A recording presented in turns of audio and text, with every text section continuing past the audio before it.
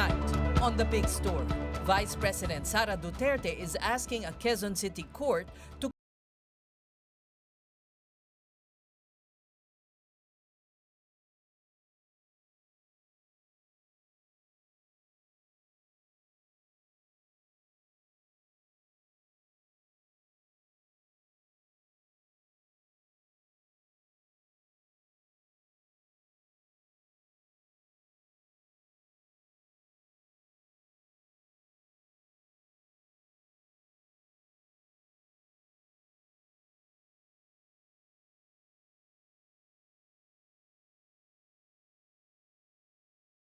Senator Panfilo Lacson says the so-called Leadership Fund is a worse version of the outlawed pork barrel system. This, as former DPWH Secretary Manuel Bonoan reveals a total of 24 billion pesos was allotted for 19th Congress senators using this leadership fund. Descendant ng pork barrel, which was outlawed way back in 2014, di ba? Outlawed na yan declared unconstitutional. Pero ngayon, naka-invento na naman sa halip ng pork barrel, worse pa. Ngayon po, may first line of defense tayo. Ang depensa natin ay hindi gumagamit ng simento, hindi gumagamit ng bakal, walang ginamit ng mga gray instruments po natin. Pero ang gamit lang po natin dito, kawayan, coconuts at talaba. An inspiring story out of the flood control scandal, an initiative in Bulacan to control floods naturally. We'll also have a discussion on how garbage can be used for electricity with the Energy Secretary herself. Good evening, I'm Ces Orenia Drilon. We begin with an inspiring story amid the flood control scandal in Bulacan. A local government unit in the province has actually started exploring measures to solve their perennial flooding problem, not of steel or concrete, but through natural materials. And the initiative seems to be working well. News 5's Mon Gualvez with tonight's big story. In many parts of Bulacan, floodwaters from the recent storms and habagat are showing no signs of receding anytime soon. Many towns in the province still reel from floods despite dikes, floodgates, and other flood control measures, with some later found to be substandard or of poor construction. But in the city of Malolos, the local government unit initiated its own flood control project. Studies for a large-scale nature-based flood mitigation began in 2022 with the technical support from the Netherlands. Its implementation began last year. Berde na uli yung, yung lugar nila at yung pagpasok ng high tide sa kanila ngayon may humaharang na. Hindi katulad dati na hindi sila makapaghanap buhay dahil pag tumaas ang high tide, diretso po kagad sa bahayan. Diretso kagad sa city of Malolos. Ngayon po, may first line of defense tayo. Ang depensa natin ay hindi gumagamit ng simento, hindi gumagamit ng bakal, walang ginamit ng mga gray instruments po natin. Pero ang gamit lang po natin dito, kawayan, coconuts at talaba. As the rains continued today, we decided to see how the initiative works. The local government of Malolos placed it along the coast of Barangay Pamarawan, almost facing Manila Bay. The first phase of the project is actually almost finished. This barrier is made up of discarded oyster shells and coconut husks. Sila po yung nagsisilbing protection. Pag pinagsama-sama mo sila kasi sir, kaya nilang i-withstand yung lakas halos nung wave. And then eventually, yung banlik din po na dalan nung tubig ay makakatulong para mas lalo pa siyang maging matibay dahil matatrap doon sa pagitan po ng mga shell. Thousands of these coconuts have already been made, and these have been piled high 2 kilometers from residential areas. They serve as a natural breakwater that protects communities. Bamboo rods help the nets withstand giant waves. And there are also these contraptions made of bamboo that are used to trap sediment. Natrap po natin yung mga banlik, yung mga sediments para hindi na bumalik. And then, pagka naipon po natin sila through time, dahil nature din po ang magde-decide kung kailan na natin siya pwedeng taniman na po ng mangroves. Then yung mga mangroves po, pagka nakatanim na, ay sila na po yung magsisilbing protection mismo ng community. Barangay Pamarawan's residents attest to the effectiveness of this nature-based flood control project. Pag malakas ang hangin, nangangamba na ho kami na, baka mag-iba yung kubo namin dito kasi may kubo ho kami dyan, pahingan. Ganun. Ngayon, parang sabog na ho, alon, sabog na. Hindi na siya ganun. Hindi na mahampas doon sa pader ng Malagapak. This 14-hectare flood control project, built from nature, only costs around 70 million pesos. With materials and labor all sourced from Malolos. Far cheaper than the billions spent in other flood control projects in the province. Pag nasira yung sementado, babudgetan na naman ng kalating taon. Bubuin na naman.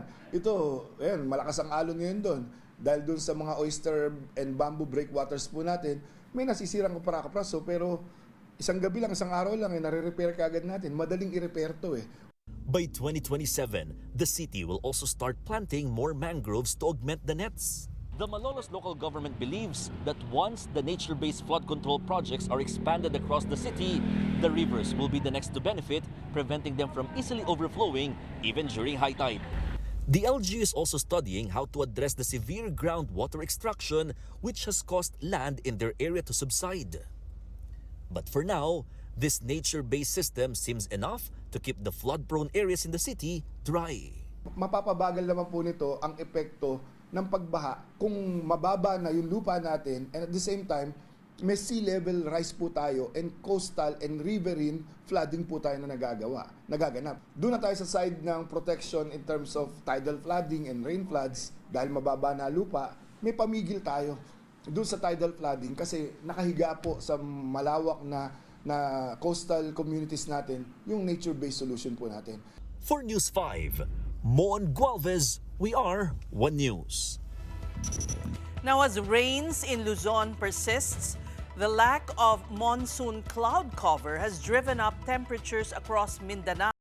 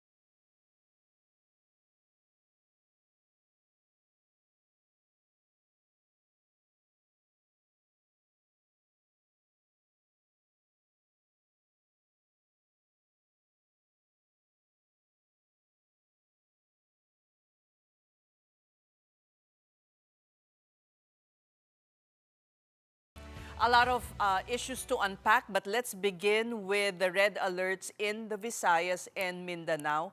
What are you doing to ensure that there is enough power supply and that power outages won't occur?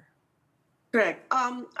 Says in our simulations, the yellow and red alert are will continue on, and if we don't do any intervention, it continue and get worse and worse every year, because there are basic problems in the energy system. Pero we're working with the NGCP trying to bring in more batteries as a temporary recourse para mabawasan yung red and yellow alert.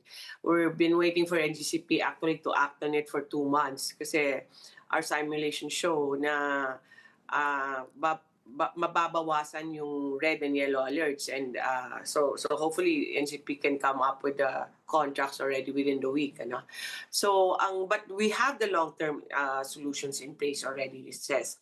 Ang issue lang dyan is kasi for you to build new power plants and new transmission facilities, it takes years.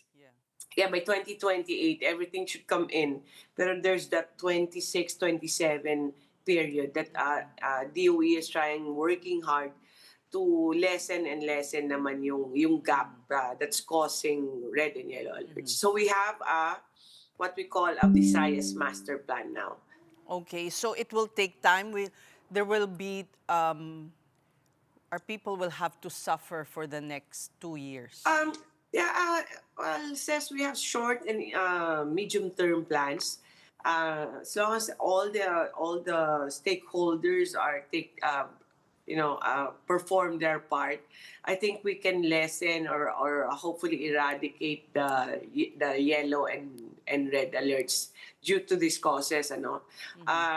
So basta pumasok implement lang, like my problem is yung immediate term na solution ko na-delay because, like for example, we are not getting any the same response or speed from NGCP right now. And then after that, we have immediately we bring in some of the barges with diesel para temporarily for 1 or 2 years it can relieve the area, and then ultimately yun nga yung mga long term na mga planta na talaga. So there are plans na to avoid naman the long term suffering of mga kababayan natin sa Visayas. Pero kung mga barge at diesel powered, mahal ang kuryente. It is. It's just there's a plus and minus in the bill because mas malapit siya, so yung mga there are advantages also na mas malapit na yung bars doon sa area ng consumption. But yes, it will increase. But ultimately says I think people in Visayas are clamoring not on the prices. Gusto na talaga primarily is the supply of it's the most expensive electricity is no electricity at all. That's so, true. Yes. It's strange because consumption's supposed to ease during the months of, the rainy months. But because I guess this is also a symptom of climate change that temperatures rose in northern Mindanao? Yes, the temperature, the climate has a direct effect on consumption, hence for direct effect on our supply also. So kaya people consume more kung mas mainit eh. So and then unfortunately one of our base loads in Mindanao are many of that are in hydro. Pag mainit at walang ulan, talagang mababawasan yung supply natin kasi wala tayong mga hydro. So medyo double whammy tayo dyan. But currently, admittedly naman there is some lacking infrastructure, even whether it's transmission or generation na kulang pa eh. So I've only been in this job for a year, pero we're trying to fast track the projects na ma-deliver na as soon as possible. Maybe not in 2 or 3 years, pero at least parating na siya. No?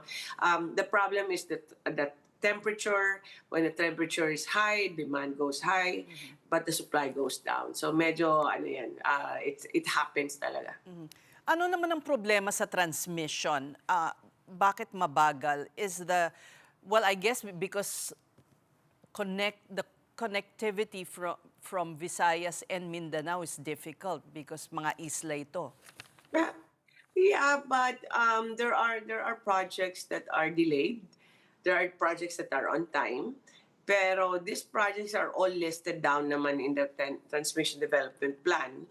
Pag na-delay yung isang project ng transmission pero on time yung generation mo, edi walang production din ng energy. Marami tayong mga projects na ganun nangyari. Natapos na yung power plant, hindi pa nakakonect. Ayun. So paano babastunin ninyo yan? We try. They have quite a very solid franchise given to them. But we try, and they respond naman in many of our requests, and sometimes they do, sometimes they do not. Sometimes they act fast, and sometimes they don't. No? So it's a matter, tama ka. babastunin mo talaga.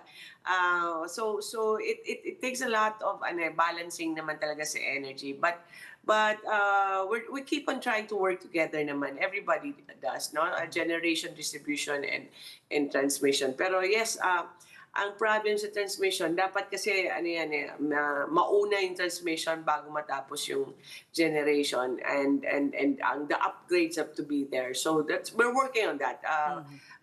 Marami pang problema, pero we're working hard to be faster. And that's too bad because Visayas is booming in terms of their economy, at least in Iloilo, for instance. Yes. You know what? Ang average increase, this is indicative of the economy, ano? Average increase annually of consumption is about 6 to 7%. Pero si Iloilo is 14%. That shows na talagang progressive yung Visayas city. So it will hinder the economy kung hindi Yes. alagaan ng maayos ang demand nila. So we're working hard, really. We recognize talaga the importance of power in Visayas, especially since I'm from there, no? Hindi na pwede yung band-aid solution. That's why we decided to make a master plan for Visayas na damihan pa yung base load, better connection. So hopefully we can get it going na. Yeah. Okay, now before we go to the waste to energy auction that's coming soon, I want to discuss the Leviste solar project. Have you given documents to the ombudsman, or have they requested from you in their investigation on the failed solar projects? Yes, Ombudsman has subpoenaed many of the documents already. Over the course, hindi lang yan ngayon, for a few months already. And I'm not privy to what are the, anong inaaral nila, or basta we just follow the instructions kung anong documents na kailangan nila. So yes, we have been providing them with the documents they asked from us. So this was months before the press conference of the ombudsman. Oh yes, probably it started during the oil crisis. Yes, Mga because you have been period. talking, you had also been very open and transparent about what happened there and the fines that you're charging the company. Yes, ma'am. Yes, we are. I mean, hindi naman namin, because for us, this is not just about the Solar Philippines case. It's for us sa DOE kasi we wanted to instill discipline in this and transparency in the industry. No, that's what we want. If we treat the Liviste project this way, we also treat the rest like that kung ganun yung violation siya. So for us, it's not about going after a personality. It's about implementing the rules. Kasi I'm as far as until today, kasi I think I can be proud naman of DOE na yung integrity ng policies namin, and hence we have so many investors we've been maintaining over the years naman. Was a national franchise necessary for that company? Looking back. At the time that it applied for it, yes. Maybe now not anymore kasi may mga bagong batas na. But at that time, it could have given it an advantage also. Kasi parang exclusivity in some sectors or areas, let's say. Pero ngayon kasi may mga microgrid law na, may mga ganun na says. So pwede ka nang mag-embark on a project even without the franchise. Pero yes, at that time, I think it would have given an advantage to the franchise holder. Okay, now let's move to the waste to energy. It's usap-usapan siya ngayon, but I understand that you already began this was there an auction in June 17 Yes. or but was suspended? Yes, kasi says last year pa tayo, when the president called me for a meeting and we were discussing waste to energy. So we started already the process. So nag-announce kami ng auction, and then after that I had to suspend it because we were trying to change some of the terms kasi sobra akong demanding siguro na I wanted it finished to December 2027. So many of the developers thought it was too difficult. So we had to move it a little bit because it takes, at least they needed 2 years. Capacity, we wanted to offer more. So anyway, finished na yung ganong stage, and we will have the auction proper by October 13 and delivery around end of 2028. Right. And you increase the capacity to 400 megawatts, tama? Yes, ma'am. From 270, if I'm Right. not mistaken, to 400. Kasi we wanted more. We wanted to invite more because this is one solution. This is not the only solution to the flooding or the garbage problem, but it could help talaga. So now I think I'm hoping that we have more offers than what we are asking for. Are there interested parties from overseas, foreign companies? I think I would say na maraming overseas partnering with locals. Okay. That's why would a local partner with a foreign company on this? Because there is, I don't know if you've noticed, Ses, na like in Tokyo, di mo napapansin yan, may mga waste to energy dyan eh. But you don't see the fumes, nothing. No smell.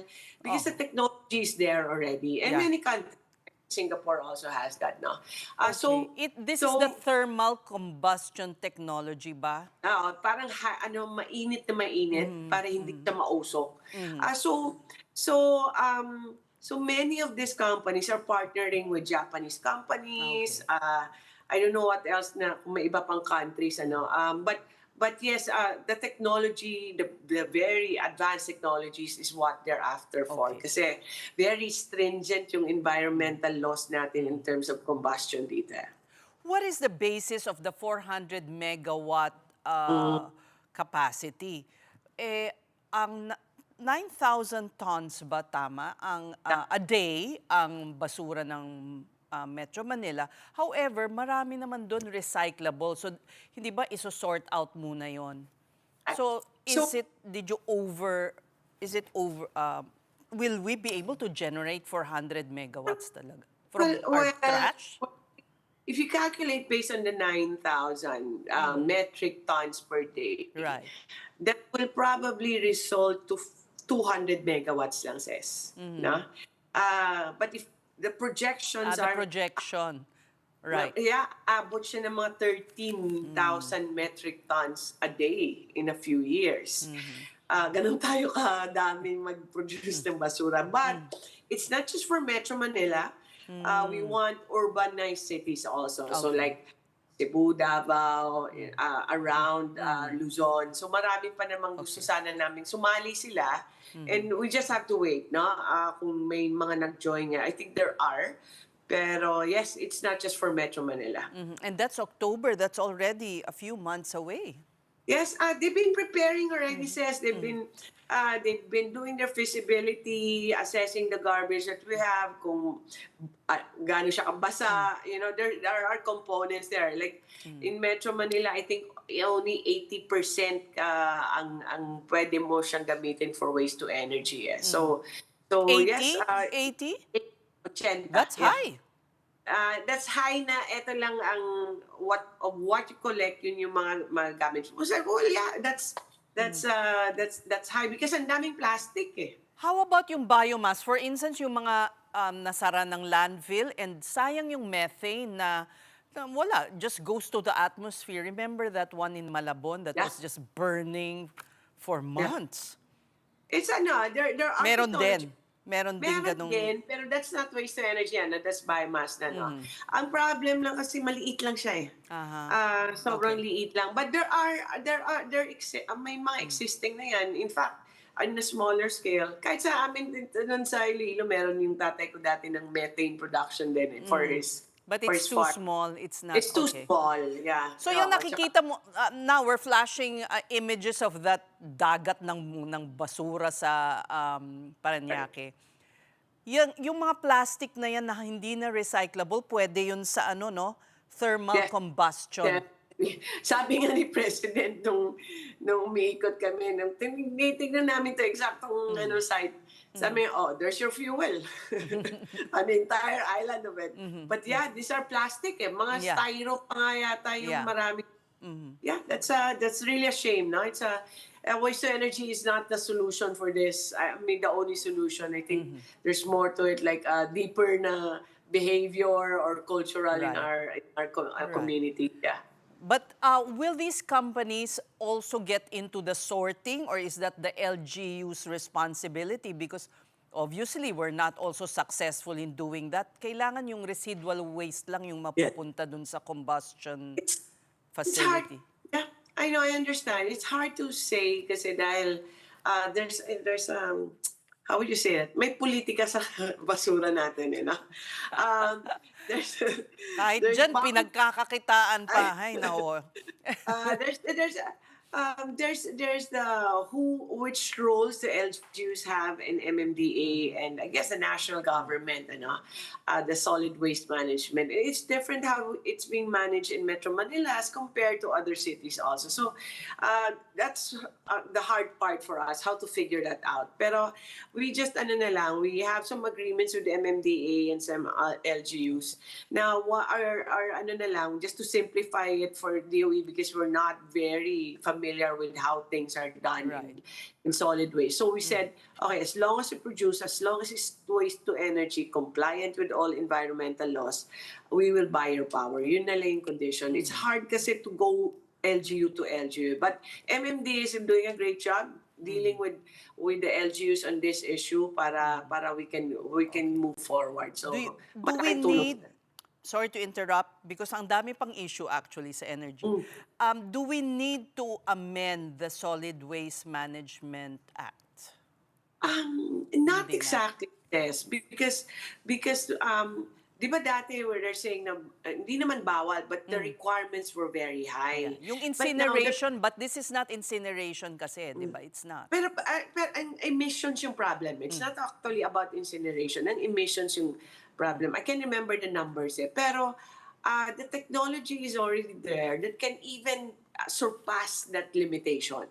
No, marami nang mas malinis na technology. So in that sense, we don't need that. So I add ko lang says is what we are pushing for is the Waste to Energy Act. It's because as you mentioned earlier, yung basura kasi is a complicated issue between LGUs, MMDA, and all the other institutions. So we wanted sustainability of the feedstock na tuloy-tuloy naman, baka naman maubusan sila ng Correct. feedstock ng basura. So, consolidation, clustering of LGUs, that's what we wanted sana to push. And hopefully, Senate and the House can pass it soon.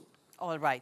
Now, let me go to the systems laws that's now being addressed by both Senate and the House, because this was in the President's SONA.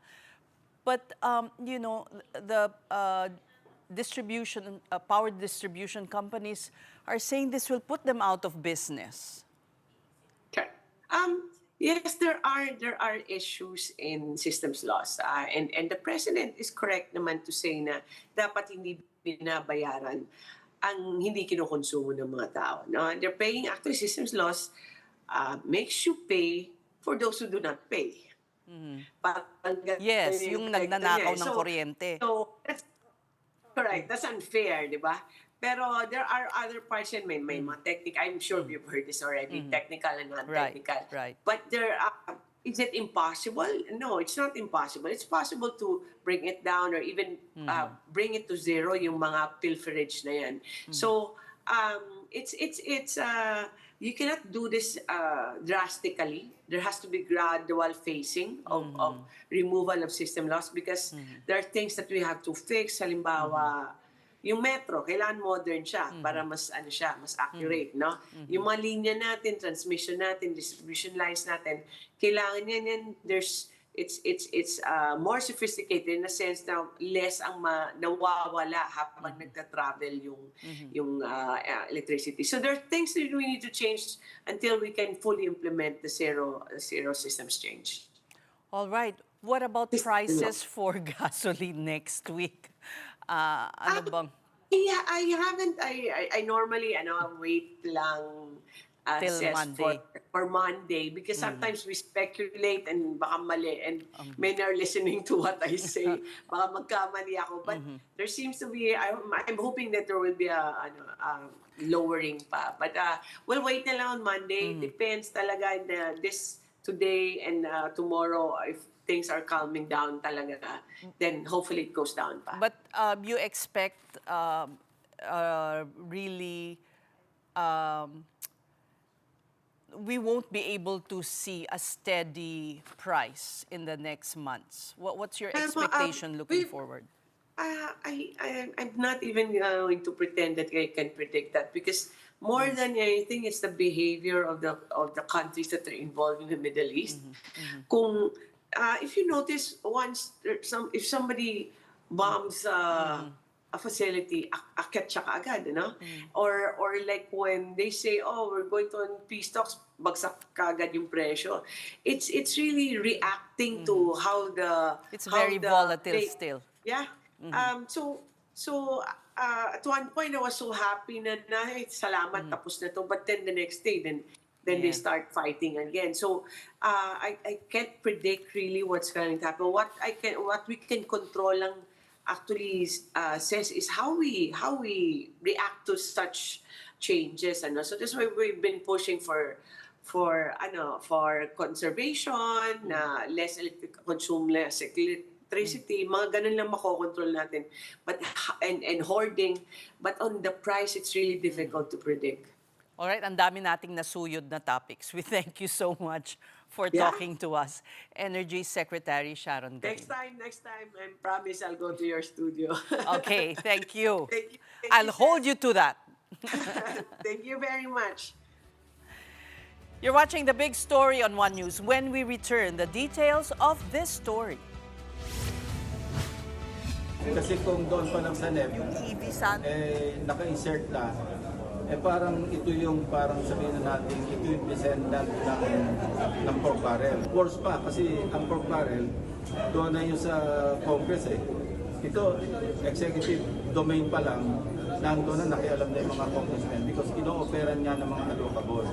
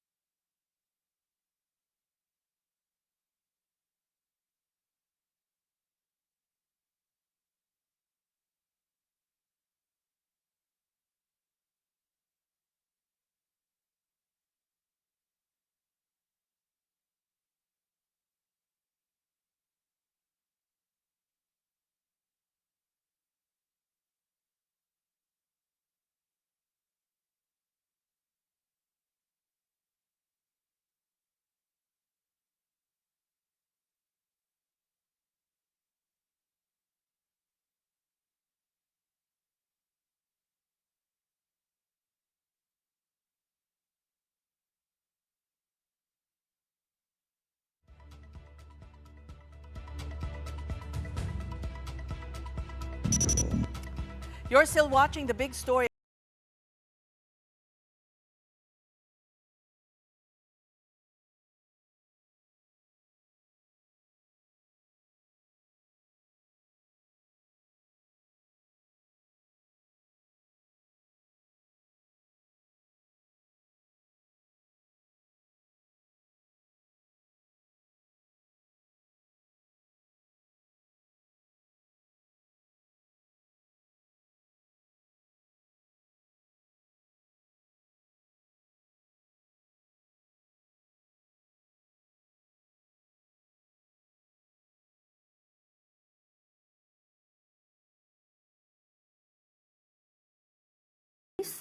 Iba yung nature ng impeachment.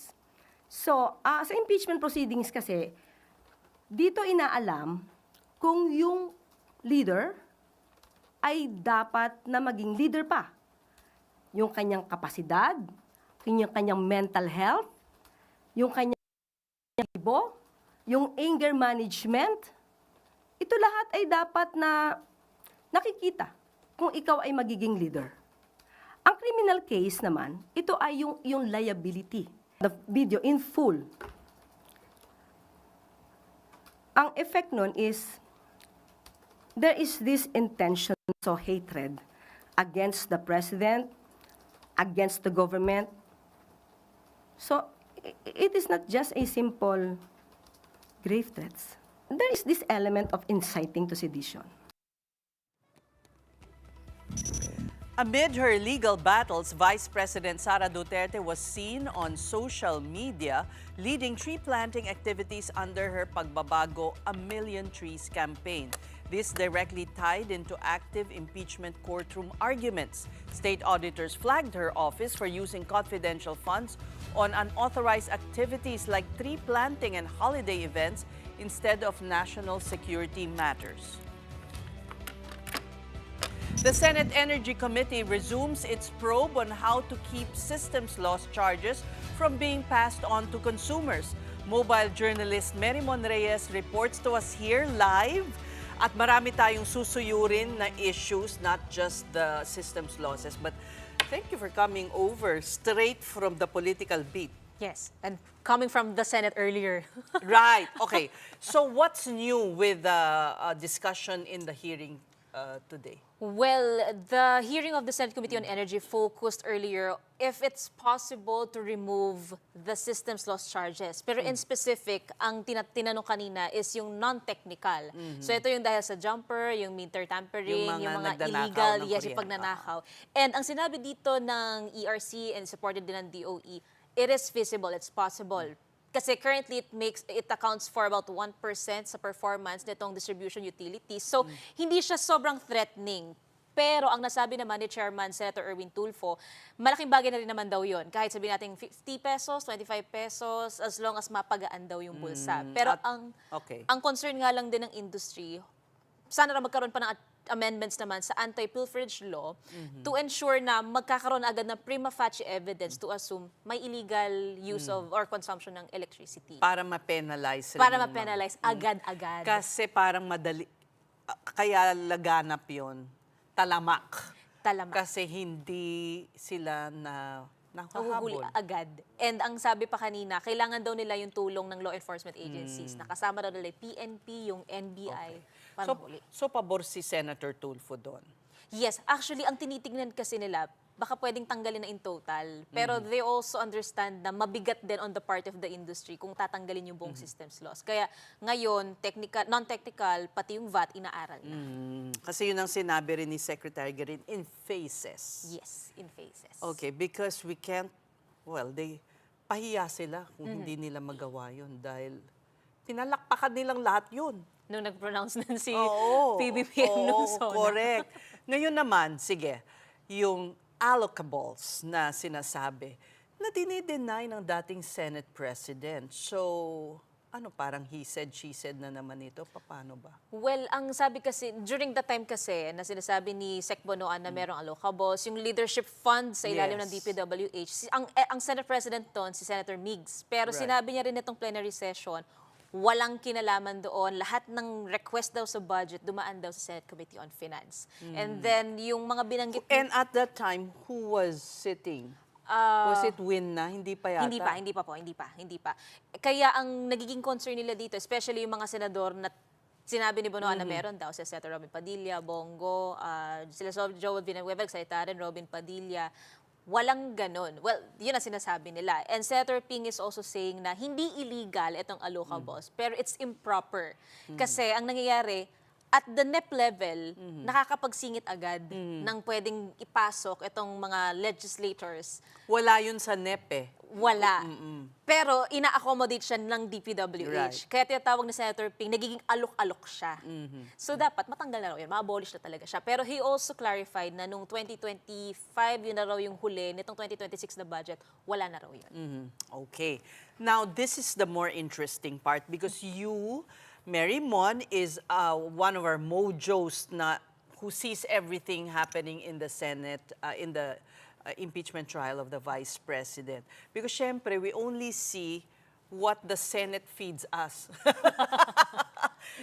So, kamusta yung mood nung last Wednesday? Well, it depends on what lens you're gonna look at kasi kung humorous ba, is it light kasi may banters, pero yung iba naman seryoso na hindi tama yung pinapakita ng counsels. Yung exchanges nila Attorney Lorna Capuna na Prosec and then Attorney Christine Ferrer from the defense. Pero on the sidelines, ang nangyayari kasi, before mag-start yung impeachment trial, may instances na nakikita natin sila, Attorney Michael Chami-chami Powa, sila, nag-uusap-usap sila. And ang sinasabi naman, it's normal. Since pare-pareho silang members of the bar, they're just cordial with each other. Pero ang nasabi ni Attorney Kapunan, hinanap niya raw si Attorney Ferrer after netong impeachment trial kahapon. Pero nawala raw. So parang makikipag-usap pa raw sana si Attorney.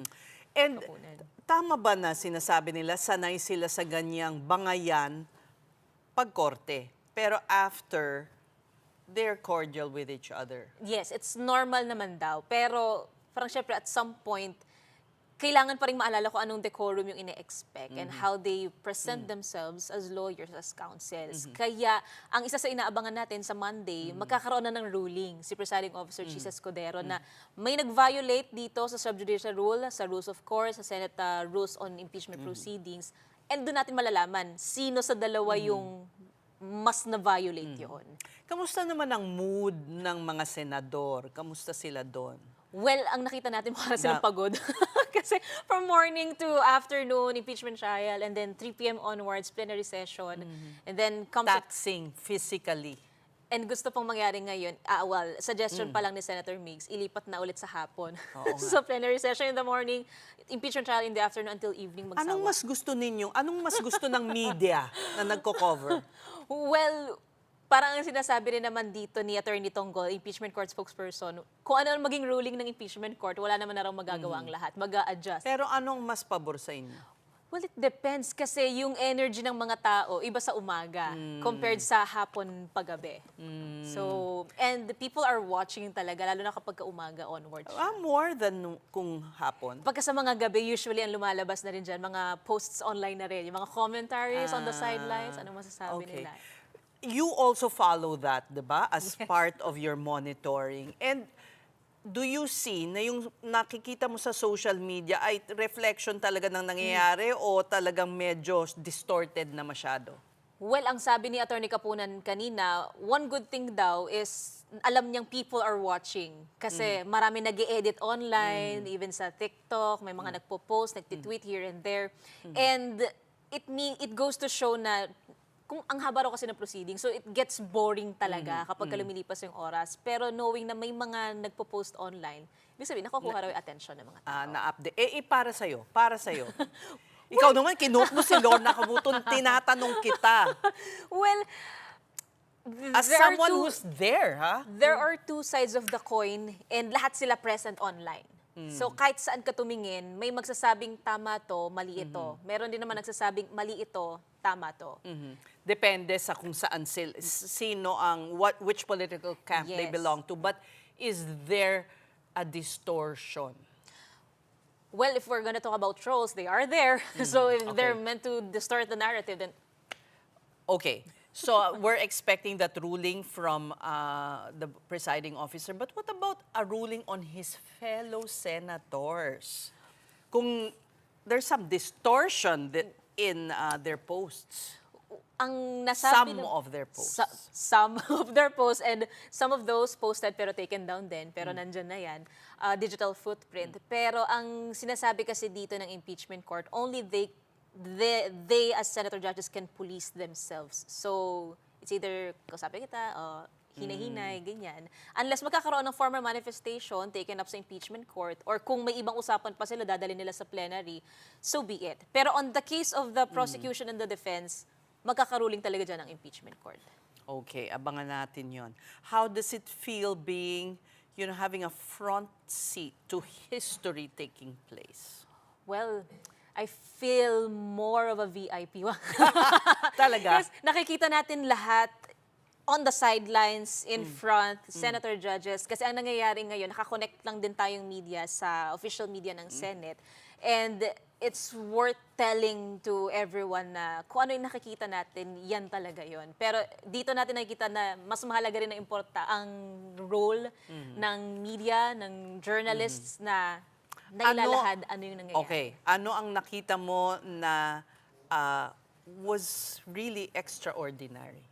Well, yung kapag ka nagkakaroon kasi ng remarks, currently lang naman at present, si Attorney Kapunan, may mga natatawa talaga. And several reactions from the defense, from the process. Maski sa mga senador na entertain. Yes, and even kay Senator Jesus Cordero, naririnig sa mic na he's grown fond of how the interactions between the councils are happening. And nung time naman na si Senator Robin Padilla naman, yung sinabi niyang, may nag-react daw sa harapan niya. Kasi nga, lahat ng nangyayari sa impeachment trial, may reaction talagang nakukuha. So, yun yung masaya I suggest in-note mo yan lahat para, it could be a book someday. Thank you so much. That was Mobile Journal, Merimon Reyes. This is a big story on One News, and coming up. Definitely, data centers would be part of that overall development in Tarlac, no? And also we need the manpower, the IT engineers who will push the development.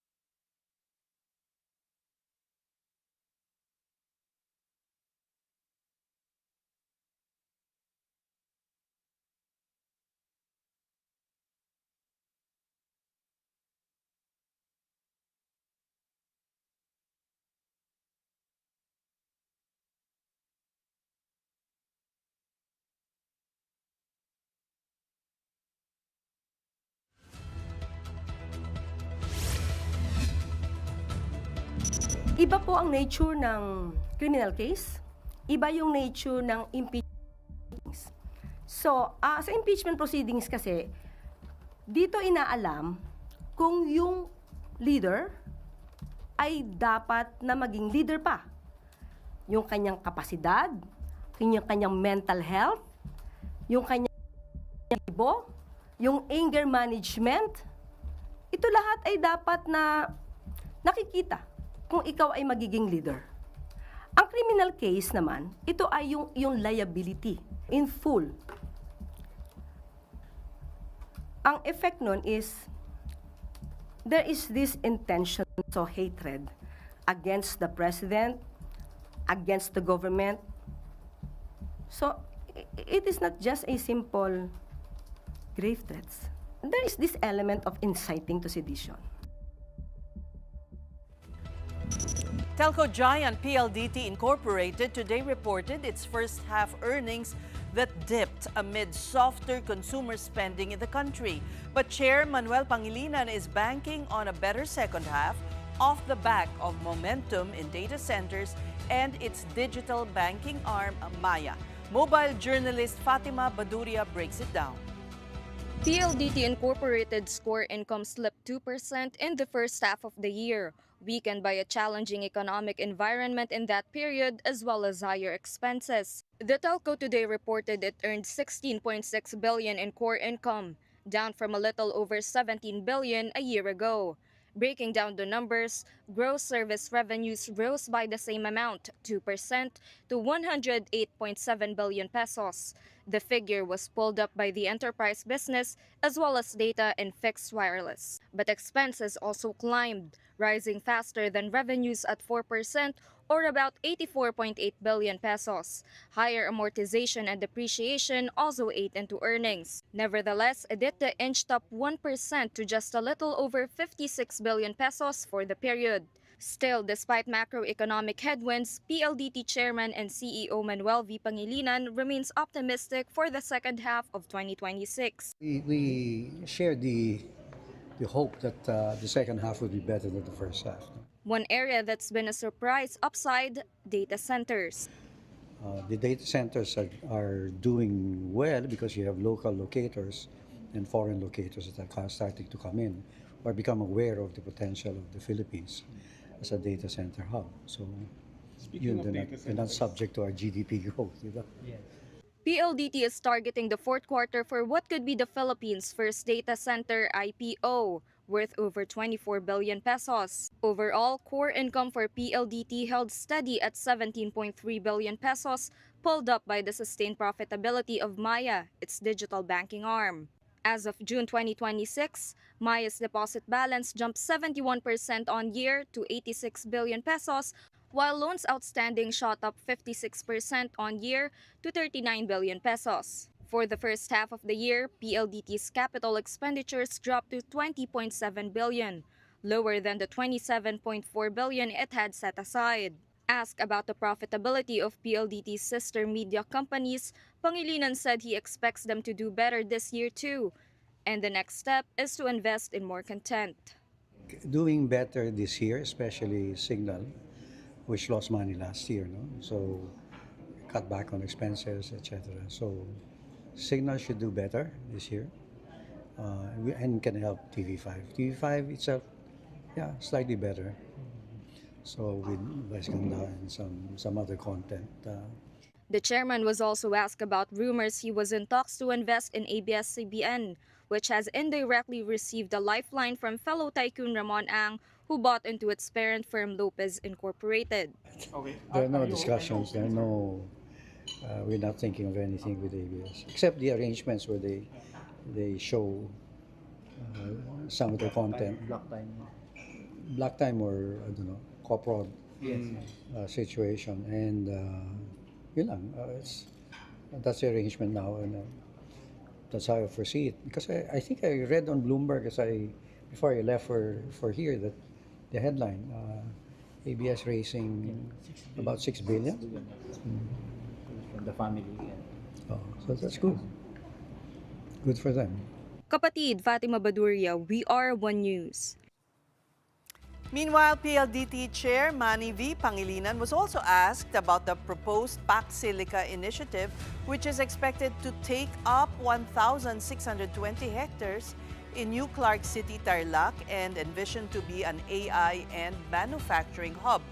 He had previously said he sees a clear business case for PLDT to get involved, given its expertise in data centers. But Pangilinan said today he has not seen anything concrete on it and will meet with Basis Conversion and Development Authority, or BCDA, to get more details. I think definitely data centers would be part of that overall development of in Tarlac, no? And also we need the manpower, the IT engineers who will push the development. Do we have enough local talents to do what's needed to be done? No? You may have to complement that with foreign talents. So we just need to know more about it so that we know where we can help BCDA create this Pac Silica. The Pasig City Regional Trial Court Branch 152 has issued a writ of preliminary injunction extending the suspension of the 85 peso daily minimum wage hike in the National Capital Region. The initial temporary restraining order on the implementation of the wage increase was set to expire today, August 13. It was supposed to lapse before the issuance of the injunction. Presiding Judge Mary Joyce Manongsong said the court granted the prayer of Redicon Trading and Construction Corporation and R2 Builders for a writ of preliminary injunction against the wage hike with a bond of 10 billion pesos. The order continues to suspend the implementation of NCR Wage Order number 27 pending the court's determination of the merits of the petition. And finally, for our big picture tonight, a rare total solar eclipse has swept across parts of Europe, giving millions a front row seat to the celestial show. The eclipse was visible from Iceland to Spain, where the moon completely covered the sun. For mainland Spain, it was the first total eclipse visible since 1905. Spectators cheered and applauded as daylight gave way to darkness and the sun's corona glowed. Clouds and rain, however, obscured much of the view in Iceland, but there's no long wait for the next one. Another total solar eclipse is expected across southern Spain, northern Africa, Saudi Arabia, and Yemen on August 2, 2027. And those are the big stories this Thursday, August 13. I'm Ces Orenia Drilon. Kapatid, we are One News, your side all the time. Keep safe and dry, everyone. Good night.